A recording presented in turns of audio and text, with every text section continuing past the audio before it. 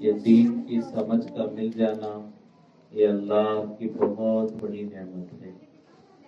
جس بندے کو اللہ دنیا اور آخرت میں کامیاب کرنا چاہتے ہیں اور جس بندی کو اللہ دنیا اور آخرت میں کامیاب کرنا چاہتے ہیں، انہی کو دین اور دین کی سمجھ اور ہدایت کی نعمت سے اللہ سرفراز فرماتے ہیں۔ ہدایت ہماری عقلوں کی وجہ سے، ہماری ڈگریوں کی وجہ سے اور ہمارے خاندان اور اعلیٰ نسب کی وجہ سے نہیں ملتی، ہدایت اللہ کی مرضی سے ملتی۔ حضرت عمر رضی اللہ تعالیٰ عنہ کے متعلق ایک واقعہ منقول ہے کہ حضرت عمر رضی اللہ تعالیٰ عنہ ایک مرتبہ چند ساتھیوں کے ساتھ بیٹھ کر مذاکرہ کر رہے تھے، اور بات اس بات پر چل رہی تھی کہ تمام مجلس میں شریک ہونے والے اپنے پچھلی زندگی اور اسلام سے پہلے کے حالات کو بیان کر رہے تھے۔ لہذا وہ صحابہ کی مجلس جس میں کچھ نوجوان صحابہ بھی تھے، وہ اپنی پچھلی زندگی کے واقعات بیان کر رہے تھے کہ اسلام سے پہلے ہماری کیسی زندگی گمراہیوں میں، ضلالتوں میں اور بے دینی میں گزر رہی تھی۔ تو حضرت عمر رضی اللہ تعالیٰ عنہ نے بھی اپنا ایک واقعہ بیان فرمایا۔ حضرت عمر رضی اللہ تعالیٰ عنہ نے اپنے ساتھیوں سے کہا کہ میرے گھر میں نے کھجور سے ایک بت بنایا تھا اور میں اس بت کی عبادت کیا کرتا تھا۔ میں اپنے ہاتھوں سے کھجور سے ایک بت بناتا اور اس بت کو میں پوجا کرتا اور اسی کی عبادت کرتا، گویا کہ میرا خدا وہ تھا جسے میں اپنے ہاتھوں سے بناتا تھا۔ اور ایسا تھا کہ ہمیشہ وہ کھجور کا بت میرے ساتھ ہوتا، میں اس کی عبادت کرتا، یہاں تک کہ سفر میں بھی میں ہوتا تو اس بت کو اپنے ساتھ لے جاتا، کھجور سے بنے ہوئے خدا کو لے جاتا اور سفر میں بھی اس کی عبادت کرتا تھا۔ اور کبھی کبھار ایسا ہوتا کہ سفر میں راستے کا توشہ ختم ہو جاتا اور بڑی شدت کی بھوک لگتی، کھانے کو کچھ سامان نہیں ہوتا، توشہ ختم ہو گیا۔ حضرت عمر رضی اللہ تعالیٰ عنہ فرماتے ہیں کہ میں وہ جو میرا خدا تھا، بت تھا جس کی میں عبادت کرتا تھا کھجور سے بنا ہوا، راستے میں سفر میں بھوک کی شدت کی وجہ سے میں اسی خدا کو کھا لیتا تھا، اپنے ہاتھوں سے بنائے ہوئے، اور اس کی پوجا کرتا تھا، اس خدا کو اپنے ہاتھوں سے جو بنایا تھا کھا لیتا، پھر جب واپس گھر آتا تو دوبارہ میں اپنے ہاتھوں سے کھجور سے بت بنا لیتا، پھر اس کی عبادت کرتا۔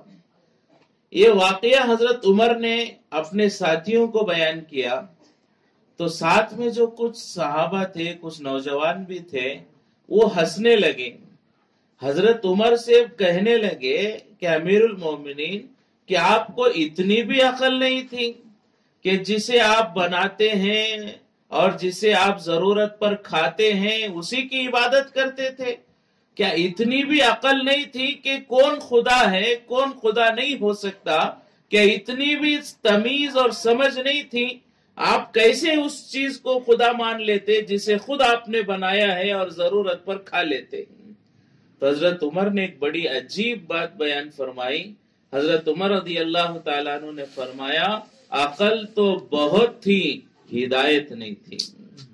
عقل تو بہت تھی، دنیا ہم سب جانتے تھے، دنیا کی باریکیاں ہمیں معلوم تھی، کاروبار ہمیں معلوم تھا، زمینداری ہمیں معلوم تھی، تجارت ہمیں معلوم تھی، بیوی بچوں کے ساتھ زندگی گزارنا ہمیں معلوم تھا۔ عقل تو بہت تھی لیکن ہدایت نہیں تھی۔ ہدایت کے نہ ہونے کی وجہ سے دین کیا ہے، ہدایت کیا ہے، صحیح کیا ہے، غلط کیا ہے، خدا کون ہے، یہ ہمیں معلوم نہیں تھا۔ تو یہ ہدایت ملنا یہ اللہ کی بہت بڑی نعمت ہے۔ تو اللہ کا کرم ہے کہ اللہ نے ہمیں دین نصیب فرمایا، یہ ہدایت والی زندگی نصیب فرمائی، یہ اللہ کا بہت بڑا کرم ہے ہمارے اوپر۔ یہ مل گیا، دنیا اور آخرت کی کامیابی مل گئی، اور اگر اس سے محروم ہو گئے دنیا اور آخرت کی ناکامی ہے۔ یہ وہ دین ہے، وہ ہدایت ہے جو اللہ نے نبیوں کے رشتہ داروں کو نہیں دیا، یہاں تک کہ خود حضور پاک صلی اللہ علیہ وسلم کے چچا کو اللہ نے دین کی نعمت سے محروم کیا، اور مجھے اور آپ کو اللہ تبارک و تعالیٰ نے وہ دین اور دین کی سمجھ اور دین پر چلنے کا، نبیوں کی محنت کا موقع اللہ تبارک و تعالیٰ نے ہمیں دیا ہے۔ ایک بہت بڑی نعمت ہے کہ اللہ نے ہمیں دین دیا، اور اللہ کا مزید کرم یہ ہے کہ اللہ نے دین کی محنت، نبیوں والے کام کے کرنے کی، اور اس کے لیے اپنے جان، مال، اوقات، صلاحیتوں کو لگا کر دعوت و تبلیغ کی محنت میں لگنے کی اللہ نے ہمیں توفیق نصیب فرمائی۔ یہ بہت بڑی نعمت ہے، یہ دعوت و تبلیغ کا کام بہت بڑا کام ہے۔ جیسے اللہ سب سے بڑے ہیں، اللہ کا کام بھی سب سے بڑا ہے۔ جیسے پوری دنیا کی مخلوق اللہ کے سامنے کوئی حیثیت نہیں رکھتی، اسی طرح دیگر تمام اچھائیاں دعوت کے سامنے کوئی حیثیت نہیں رکھتی۔ جیسے اللہ سب سے بڑے، اللہ کا کام بھی سب سے بڑا ہے۔ فرمایا کہ جبرائیل اتنی بڑی طاقتور، 600 فرشتے، جو 600 پر حضرت جبرائیل علیہ السلام کے، اس میں سے فرمایا کہ اگر ایک پر کے کونے سے حرکت دے زمین کو، قیامت برپا ہو جائے گی۔ اتنی بڑی طاقت کے مالک حضرت جبرائیل، وہ بھی اللہ کے بغیر کچھ نہیں کر سکتے، اللہ کے سامنے ان کی کوئی حیثیت نہیں۔ جیسے اللہ سب سے بڑے، فرشتے اللہ کے محتاج۔ ایک فرشتہ ایسا ہے، علماء بیان فرماتے ہیں، پوری دنیا کے سمندروں کا، ندیوں کا، تالاب کا پانی اگر اس فرشتے کے سر پر ڈالا جائے، ایک قطرہ پانی اس فرشتے کے کان تک نہیں آئے گا۔ اتنا بڑا فرشتہ، اور وہ فرشتہ اللہ کے سامنے کوئی حیثیت نہیں رکھتا۔ جیسا اللہ سب سے بڑے، اللہ کا کام بھی سب سے بڑا ہے۔ اللہ نے اس کام کے لیے نبیوں کو چنا تھا، اللہ اس کام کے لیے منتخب فرماتے ہیں۔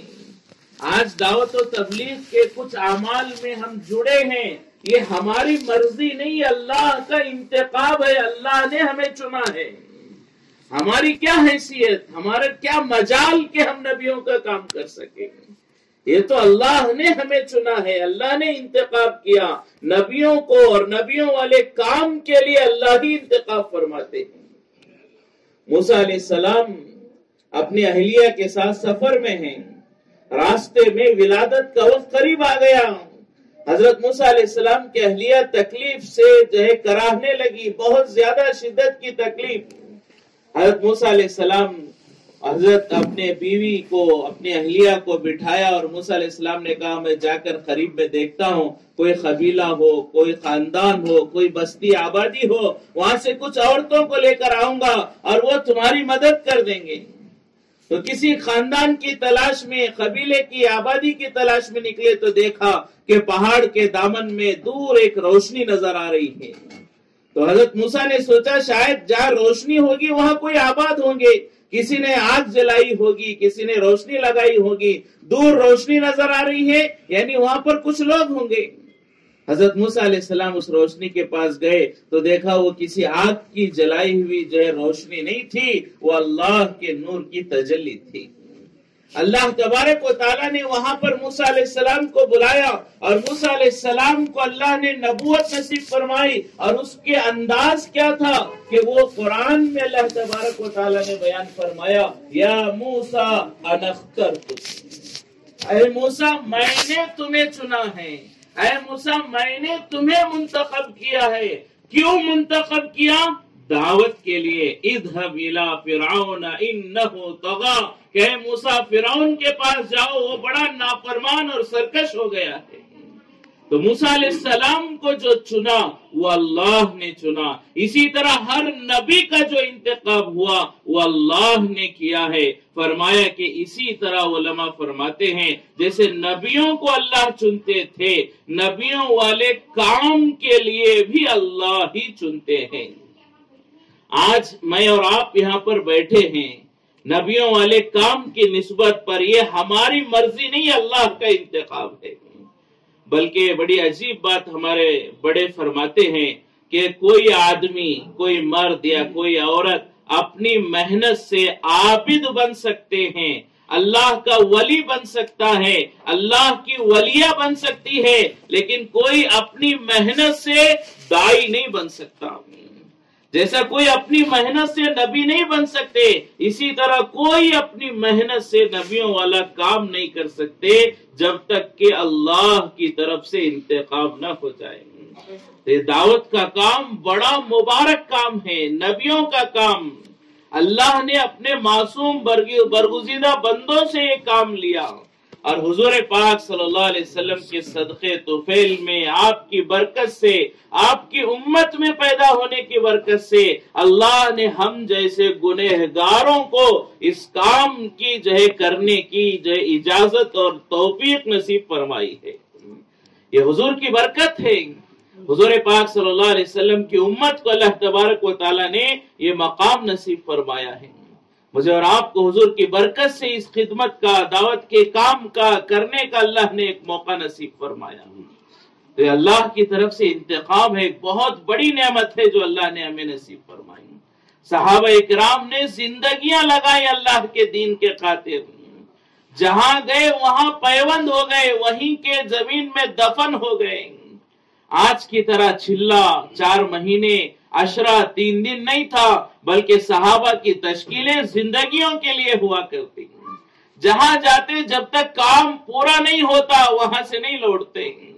وہیں کئی لوگوں کی، کئی صحابہ کی قبریں بن گئی۔ حضرت ابو ایوب انصاری رضی اللہ تعالیٰ عنہ بوڑھے ہو چکے ہیں، بالکل آخری عمر ہے، تقریباً 90 سال سے زیادہ کی عمر ہے۔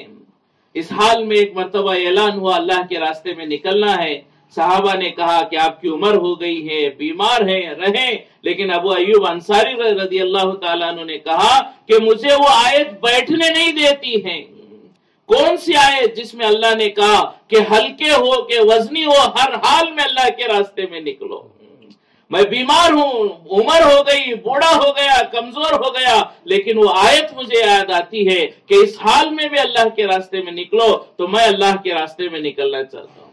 اللہ کے راستے میں نکلے، طبیعت خراب ہو گئی، ساتھیوں کو وصیت کیا کہ دیکھو اگر میرا انتقال ہو جائے تو میری تجہیز تکفین میں، مجھے دفنانے میں پوری جماعت کو اللہ کے راستے میں نہ روکنا، بلکہ میرے جنازے کو بھی اللہ کے راستے میں لے کر چلنا۔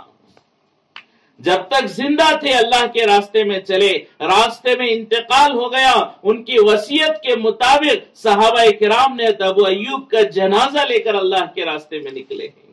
ترکی کے لیے جماعت نکلی تھی، ترکی پہنچ کر ان کو تدفین کیا گیا ہے۔ تو فرمایا کہ یہ صحابہ کرام نے زندگیاں لگائی ہیں، اور ایک ذمہ داری ہے ہم سب پر۔ اللہ نے حضور کی برکت سے، حضور کی امت میں پیدا ہونے کی برکت سے یہ ذمہ داری ہم سب کو نصیب فرمائی۔ صحابہ کرام نے یہ کام کیا، دعوت و تبلیغ کی محنت ہوتی رہی۔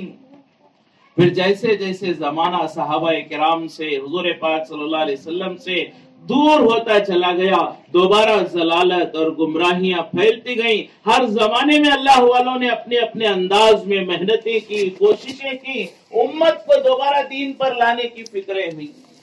مدارس قائم کیے گئے، خانقاہیں قائم کی گئیں، اور محدثین نے حدیثوں کا ذخیرہ جمع کیا۔ حدیثوں پر اتنا کام ہوا، اتنا بڑا کام کہ پوری دنیا والے آج بھی، یہود و نصارہ بھی تعجب کرتے ہیں، رشک کرتے ہیں۔ اسلام کے حق ہونے کے لیے یہی کافی ہے کہ تقریباً 7 لاکھ لوگوں کے نام ہمارے پاس، ایسے محدثین کے پاس موجود ہے کہ ان کا نام، ان کے باپ کا نام، ان کے دادا کا نام، اور انہوں نے کس سے حدیث پڑھی، ان کے استاذ نے کس سے حدیث پڑھی، انہوں نے کس سے حدیث پڑھی، ایسے پوری زندگی کے حالات کے ساتھ 7 لاکھ لوگوں کی زندگیاں محفوظ ہیں۔ اسماء الرجال اسے کہا جاتا ہے، وہ صرف ایک حدیث کا علم ہے۔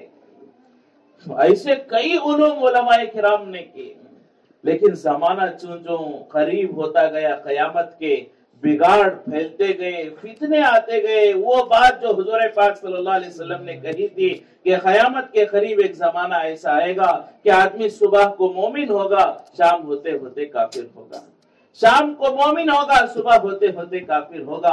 امت مسلمہ جہنم کے دہانے پر آ کر کھڑی ہو گئی۔ جہنم کے دہانے پر کفر و شرک اور ارتداد کی لہر چلنے لگی، ہر جگہ ہر کونے سے یہ آوازیں آتی رہی، یہ کارگزاریاں سننے میں آتی رہی کہ پورا خاندان کا خاندان مرتد ہو گیا۔ بے دینی، اللہ اور اللہ کے رسول کو بھلا کر لوگ زندگی گزارنے لگے، ایسی زندگی گزارنے لگے گویا کہ ہمیں مرنا ہی نہیں ہے، اللہ کے سامنے منہ لے کر کھڑے ہونا ہی نہیں ہے۔ بے دینی کا حال ایسے گئے گزرے زمانے میں اللہ کے ایک نیک بندے حضرت مولانا الیاس صاحب رحمت اللہ علیہ، انہوں نے امت کا یہ حال دیکھا، دل میں درد ہوا، فکر ہوئی، کڑن ہوئی، راتیں کئی راتیں روتے روتے گزار دی، اے اللہ تیرے حبیب کی امت جہنم کے دہانے پر جا رہی ہے، اے اللہ تیرے بندے جہنم کے دہانے پر ہیں، بے دینی کی زندگی گزار رہے ہیں، کیا کریں؟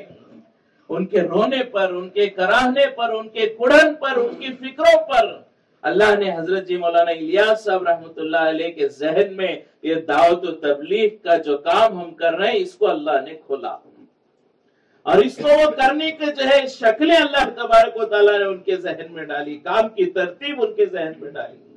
پریشان تھے کہ امت کا کیا ہوگا، جب اللہ کی طرف سے راستہ دکھایا گیا، رہبری کی گئی، فرمایا کہ جیسی اللہ کی طرف سے رہبری ہوئی فوراً کام شروع نہیں کیا، معلوم نہیں ہو سکتا ہے کہ اس میں میرے نفس کا بھی دخل ہو، میں حقیر ہوں، میرے سے اللہ کام لے گا اور اتنا بڑا کام لے گا، معلوم نہیں کہیں مجھ سے کوئی بھول نہ ہو جائے۔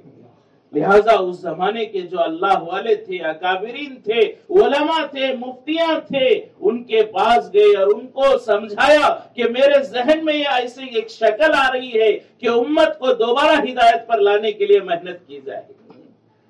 اکابرین کے پاس گئے، علماء کے پاس گئے، جا کر اپنا پورا جو ہے کارگزاری سنائی کہ یہ کام ہے، یہ کام کی شکلیں، یہ کام کی ترتیب ہے۔ بلکہ وہ بڑے تو ہمارے یہاں بیان فرماتے ہیں کہ فرمایا ایک مرتبہ مفتی کفایت اللہ صاحب رحمت اللہ علیہ جو مفتی اعظم ہیں اس زمانے کے، پورے ہندوستان کے سب سے بڑے مفتی، فرمایا کہ ان کے پاس حضرت جی مولانا الیاس صاحب رحمت اللہ علیہ گئے کمرے میں اور جا کر کہا کہ حضرت جو ہے میرے ذہن میں ایک شکل ہے اور وہ اتنا میرے اوپر غالب ہو گئی ہے کہ اب اس کو کرے بغیر میں نہیں رہ سکتا، لہٰذا میں وہ پورا طریقہ آپ کو سمجھاؤں گا، اگر وہ قرآن اور حدیث کے مطابق ہے آپ میرے لیے اجازت دے دیں، اور اگر وہ قرآن و حدیث کے خلاف ہے حضرت سے کہا کہ یہ تلوار ہے اور یہ تلوار لے کر میرا سر قلم کر دے، کیونکہ اس محنت کو کیے بغیر اب میں نہیں رہ سکتا۔ پوری کارگزاری کام کی ترتیب سمجھائی، فرمایا کہ حضرت مفتی صاحب نے کہا یہ تو عین شریعت کے مطابق ہے، یہ وہی کام ہے، وہی محنت ہے جو صحابہ اکرام نے کی تھی۔ لہٰذا حضرت کے ساتھ جو ہے بیٹھے، ایسے کئی اکابر علماء کے ساتھ مولانا الیاس صاحب رحمۃ اللہ علیہ بیٹھے اور انہوں نے کارگزاری سنائی، پھر اس کے بعد اللہ والوں سے ملاقاتیں کی، تھانہ بہن ایک جماعت بھیجی مفتی اشرف علی تھانوی رحمت اللہ علیہ کے علاقے میں، اس جماعت نے جو کام کیا اس کارگزاری کو حضرت مفتی اشرف علی تھانوی نور اللہ مرقدہ نے سنا تو کہا کہ الیاس نے یاس کو آس میں بدل دیا، کہ امت کی بے دینی کو دیکھ کر ہم نا امید ہو گئے تھے، امید ہار چکے تھے، الیاس نے اس نا امیدی کو امید میں بدل دیا۔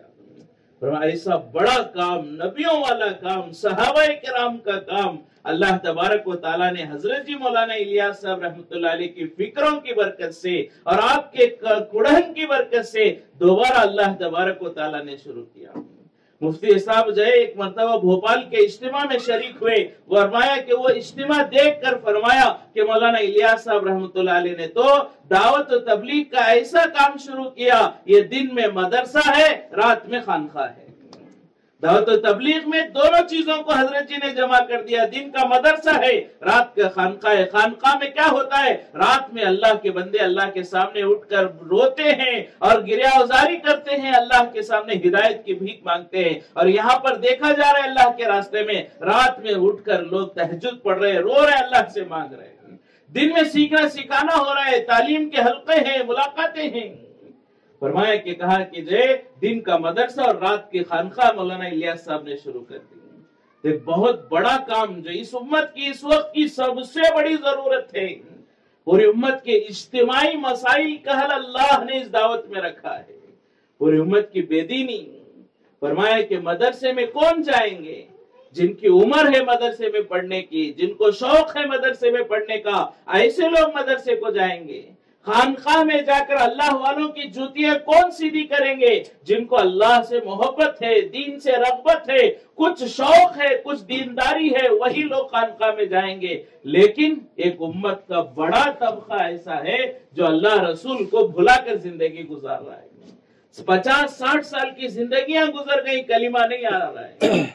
ہمارے علاقے کا حال، پورے علاقے میں کئی کارگزاریاں ایسی سننے میں آتی ہے کہ 60 سال سے گزر گئی، نماز نہیں آتی۔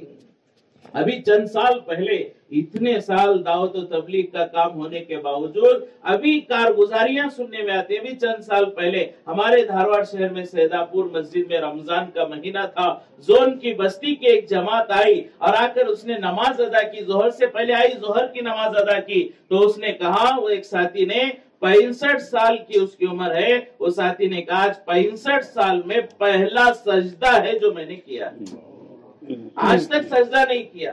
ہمارے اطراف کے علاقے کی کارگزاری، ابھی ادھر ہمارے شہر کے قریب جو تڑکوڑ ایک بڑی بستی ہے، کچھ سال پہلے وہاں ایک عورت کا انتقال ہوا، صبح میں اعلان ہوا کہ ظہر میں تدفین ہوگی، ظہر ہو گیا جنازہ تیار نہیں، عصر ہو گیا جنازہ تیار نہیں، مغرب ہو گئی جنازہ تیار نہیں، رات کے 12 بج رہے جنازہ تیار نہیں۔ کیوں؟ کہا کہ کئی 100 عورتیں اس گاؤں میں ہیں، لیکن ایک عورت کو بھی میت کو غسل دینا نہیں آتا۔ صبح سے رات تک جنازہ رکھا ہوا ہے، کوئی غسل دینے والے نہیں۔ رات کو کتور سے کچھ عورتیں آئیں اور رات کے 2:30 بجے اس عورت کو غسل دے کر دفنایا گیا ہے۔ یہ پورے علاقے کی بے دینی، لیکن اللہ کا کرم ہے کہ اس دعوت و تبلیغ کی محنت سے ایک ایک گاؤں، ایک ایک بستی، ایک ایک گھر تک پہنچنے کی فکر ہوتی ہے۔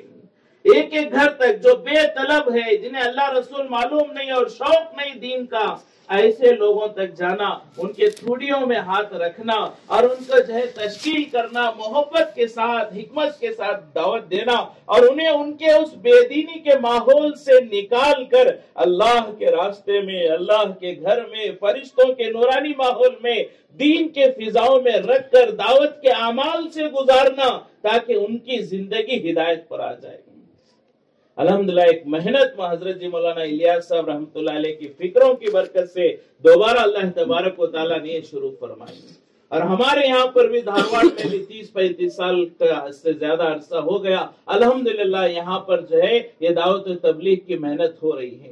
کئی اکابرین یہاں پر آئے، اللہ والے یہاں پر آئے، جماعتیں پڑھی، راتوں کو روئے، لوگوں کی گالیاں سنی، لوگوں کے مار کھائے، ٹھوکریں برداشت کی، مسجدوں سے اٹھا کر سامان پھینکا گیا، چہروں پر تھوکا گیا، معلوم نہیں کیا کیا تکلیفات آئی۔ ان تمام تکلیفات کو ہمارے بڑے برداشت کرتے رہے اور پھر جو ہے اس امت کی ہمدردی میں دین کا کام کرتے رہے، تو آج یہ حال ہے جو ہم دیکھ رہے ہیں۔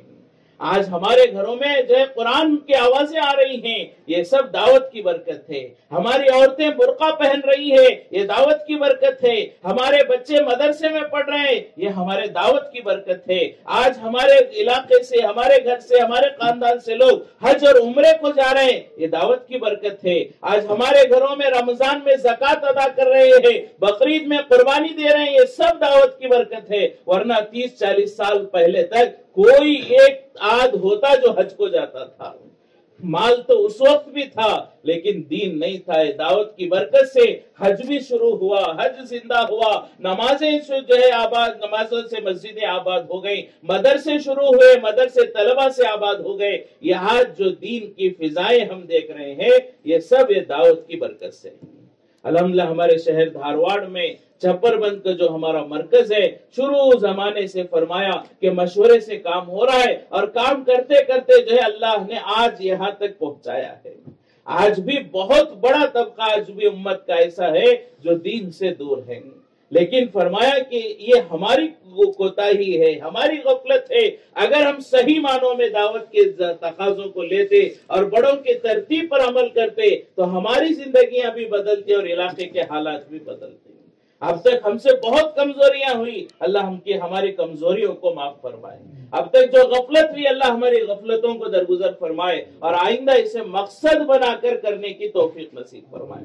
تو الحمدللہ یہ دعوت کا کام چل رہا ہے۔ مولانا الیاس صاحب رحمۃ اللہ علیہ، پھر اس کے بعد مولانا یوسف صاحب رحمۃ اللہ علیہ، پھر اس کے بعد حضرت جی انعام الحسن صاحب رحمۃ اللہ علیہ، یہ فرمایا ایسے اکابرین، ایسے اللہ والے کہ ایسا تعلق اللہ کے ساتھ کہ اللہ سے وہ جو ہے کام کو قبول کرا کر امت کو بیان کرتے تھے۔ حضرت جی الیاس صاحب رحمۃ اللہ علیہ کے زمانے سے کام شروع ہوا، حضرت جی یوسف صاحب رحمۃ اللہ علیہ کے زمانے میں تقریباً پوری دنیا میں اللہ نے اس کام کو پہنچا دیا۔ حضرت جی مولانا الیاس صاحب، حضرت جی مولانا انعام الحسن صاحب رحمۃ اللہ علیہ جو تیسرے حضرت جی ہے، ان کے زمانے میں اللہ نے اس کام کو جمع دیا، مقامی اعمال کی ترتیب اور امت میں دین پر استقامت کے جو اللہ نے پورا ایک نظام قائم کر دیا۔ تو اللہ کا بڑا کرم ہے کہ اللہ نے یہ کام جو شروع کرایا اور اللہ نے ہمیں اس کام میں لگایا ہے۔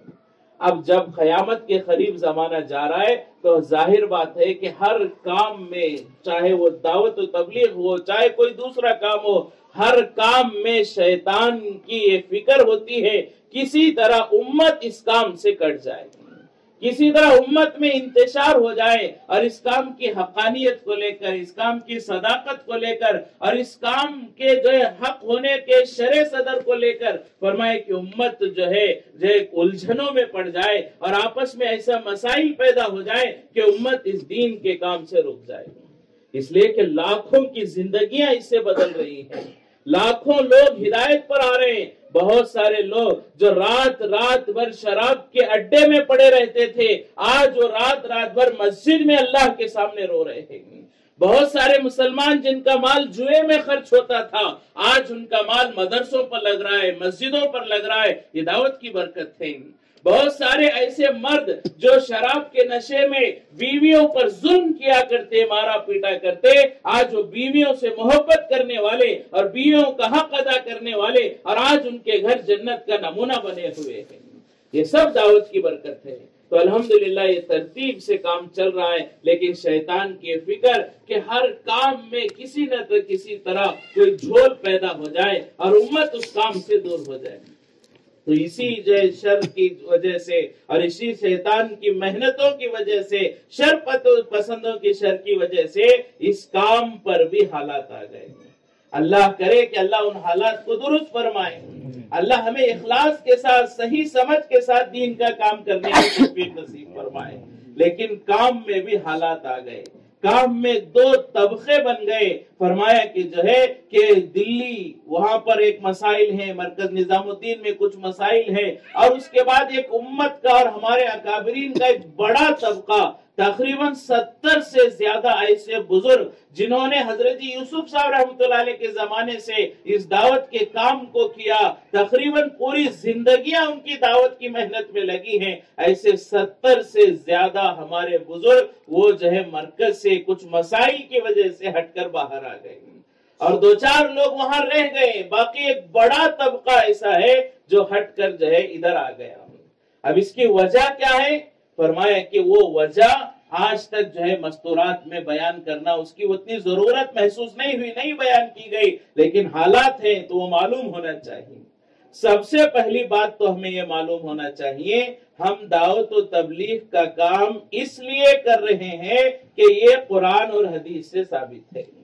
ہم بنگلور والوں کی وجہ سے نہیں کر رہے، ہم دلی والوں کی وجہ سے تبلیغ نہیں کر رہے، ہم مفتی صاحب کی وجہ سے نہیں کر رہے، ہم عرب صاحب کی وجہ سے نہیں کر رہے، ہم کسی اور کی وجہ سے نہیں کر رہے۔ یہ تبلیغ کا کام ہم اس لیے کر رہے ہیں کہ یہ تبلیغ کا کام عین شریعت کے مطابق ہے، یہ ہماری ذمہ داری ہے، حضور کی برکت سے اللہ نے ہم پر یہ ذمہ داری ڈالی ہے، ہم قرآن و حدیث کے مطابق ہونے کی وجہ سے یہ کام کر رہے ہیں۔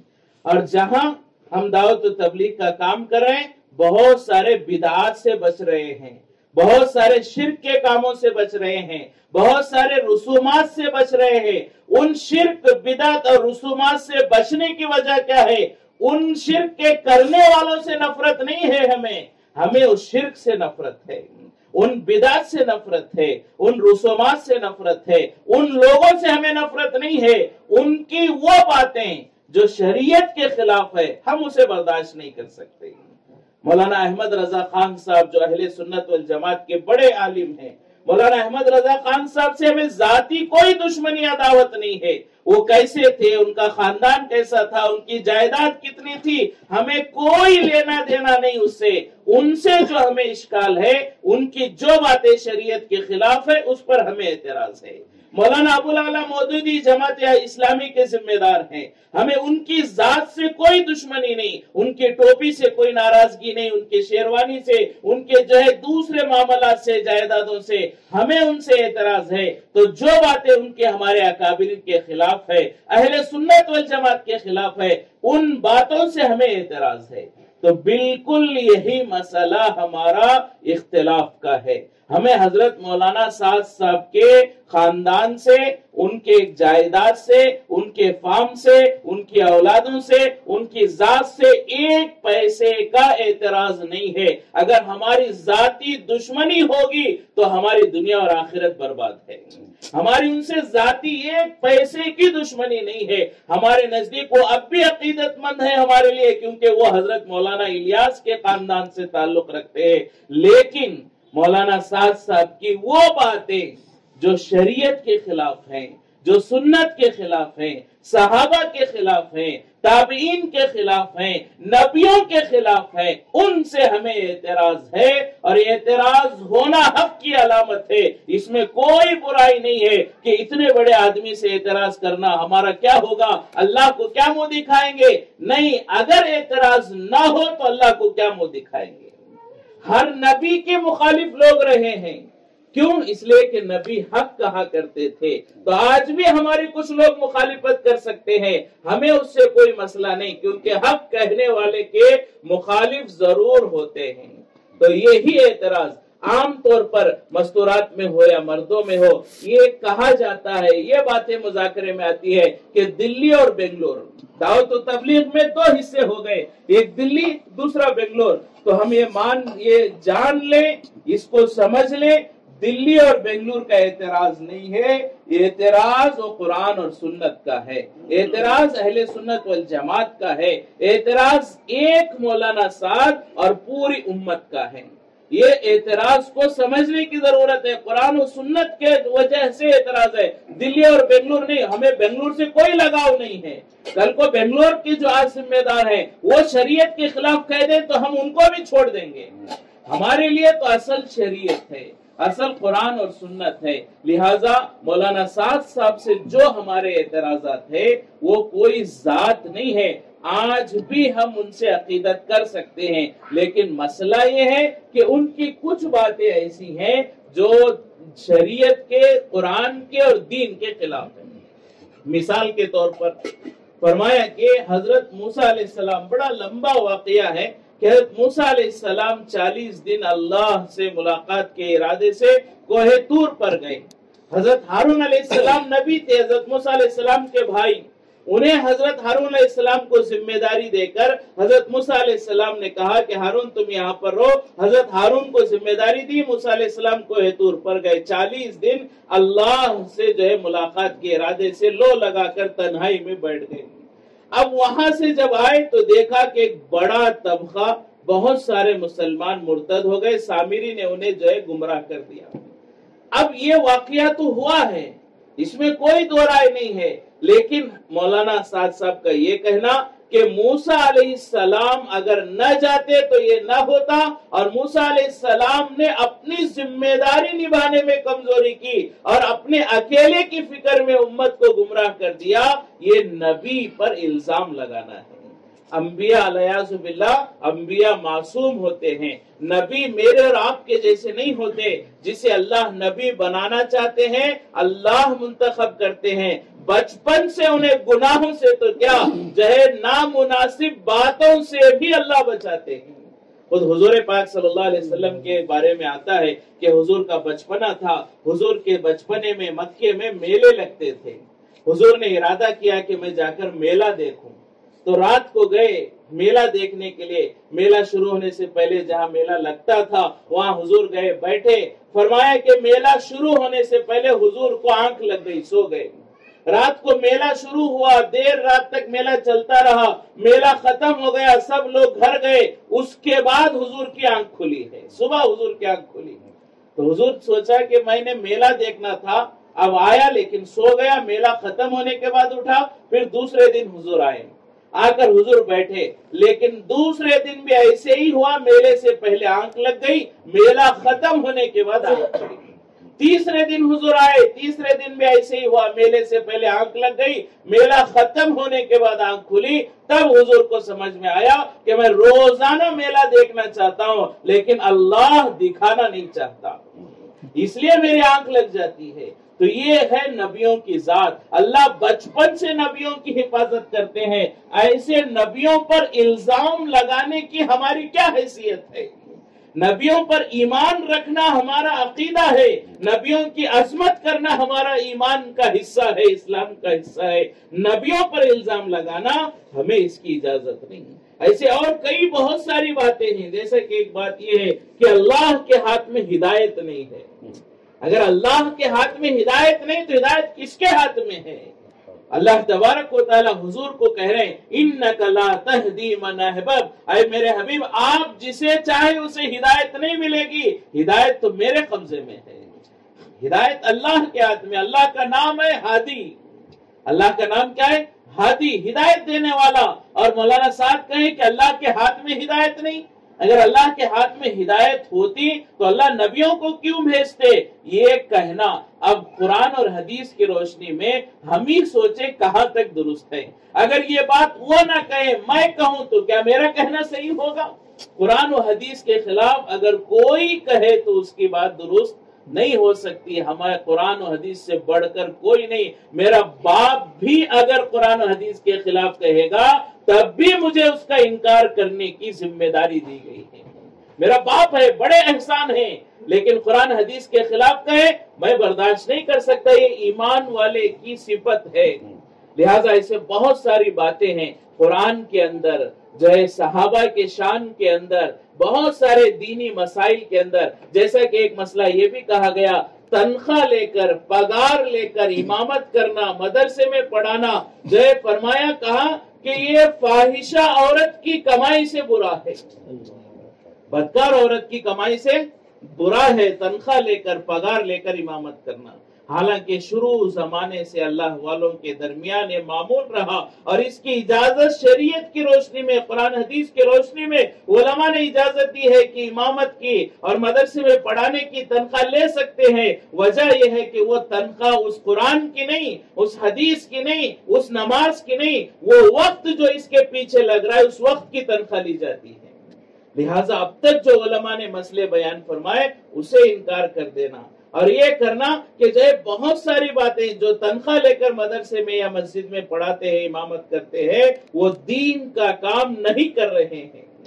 حضرت ابوبکر صدیق رضی اللہ تعالیٰ عنہ حضور پاک صلی اللہ علیہ وسلم کی وفات کے بعد اپنے کاروبار کے لیے نکلے۔ حضرت عمر نے روک لیا، امیر المومنین آپ کہاں جا رہے ہیں؟ تو حضرت ابوبکر نے کہا میری بھی بیوی ہیں، بچے ہیں، تقاضے ہیں۔